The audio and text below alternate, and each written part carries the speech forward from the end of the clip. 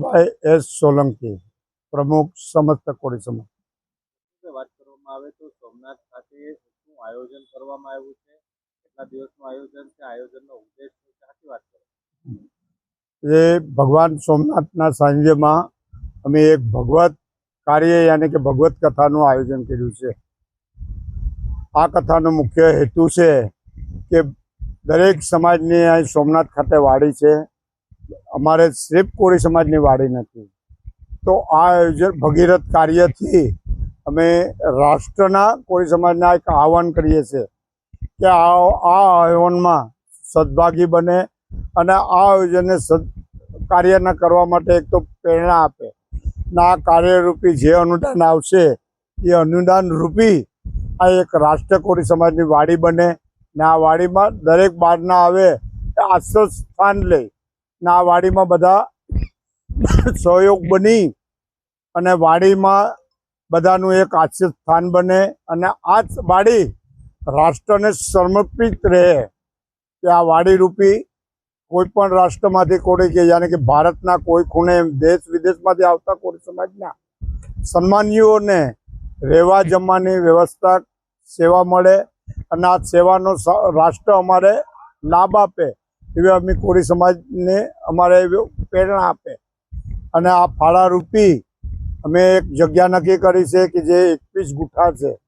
21 ગુઠામાં અમારું ભુવન બને, રાષ્ટ્રીય અતિથિ ભુવન, અને એમાં બધા રાષ્ટ્રીય ભુવનને સહયોગ આપે અને કથારૂપી હાથ દી લગીને પારાયણમાં ભાગ લે.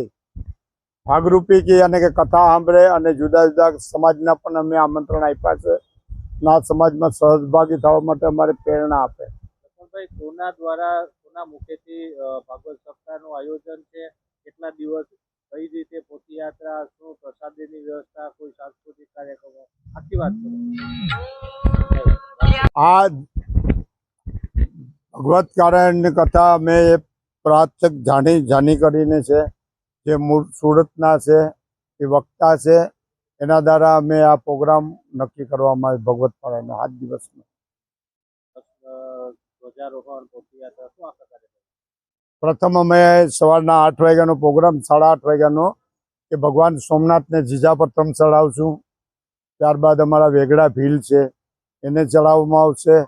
પછી ગામના દરેક મંદિરો છે એમાં ધજા ચડાવવામાં આવશે. ત્યારબાદ અમે ભગવાન ઠાકોરજી યાની કે દત્ત સુંદર મંદિર છે ત્યાં ધજા ચડાવશું. ધજા ચડાવી અને પછી નાચી અમે શોભાયાત્રા રૂપે પ્રસ્થાન કરીશું. એ શોભાયાત્રા સીધી અહીંયા આવશે. અહીંયા આવી અને અમે પહેલા દિવસનું વાંચન શરૂ કરીશું. ત્યારબાદ કથા પહેલા દિવસ પ્રસંગ પૂર્ણ થાય ત્યારબાદ અમે અહીંયા પ્રસાદનો પ્રોગ્રામ આવીશું કે જે પણ આવે ત્યાં પૂરો પ્રસાદ લઈ જમીને જાય એવી દરેકને પ્રાર્થના અને વિનંતી પણ કરીએ છીએ. સાંસ્કૃતિક કાર્યક્રમો અમે 3 એવા કાર્યક્રમ રાખ્યા હતા. એમાં પહેલા દિવસ સ્ટેજ પ્રોગ્રામ 3-6 બુધવારના રોજ રાખ્યો છે. એમાં વિજય વાજાનો પ્રોગ્રામ છે, સ્ટેજ પ્રોગ્રામ છે. બીજો 5 તારીખનો પ્રોગ્રામ છે. આમાં આ તો ઓલાનો પ્રોગ્રામ છે. પેલે અમારે વિજય વાજા પેલો પ્રોગ્રામ છે, ઓલો ઠાકુરનો છે. હા, સાંસ્કૃતિક કાર્યક્રમ. પછી છેલ્લો પ્રોગ્રામ છે 7-6 ના રોજ કાનગોપીનો પ્રોગ્રામ છે. આ કાનગોપીમાં 7-6 ને છેલ્લો દિવસ પછી પ્રોગ્રામ રાખવાનો. અમે દરેક હિન્દુ સમાજ ધર્મપ્રેમી ભાઈઓ બહેનોને અમે આમંત્રણ આપીએ છીએ કે આ શુભ પ્રસંગમય કથાનો લાભ લે, તેમ પ્રસાદનો લાભ લે એવી પ્રાર્થના અને વિનંતી કરીએ છીએ.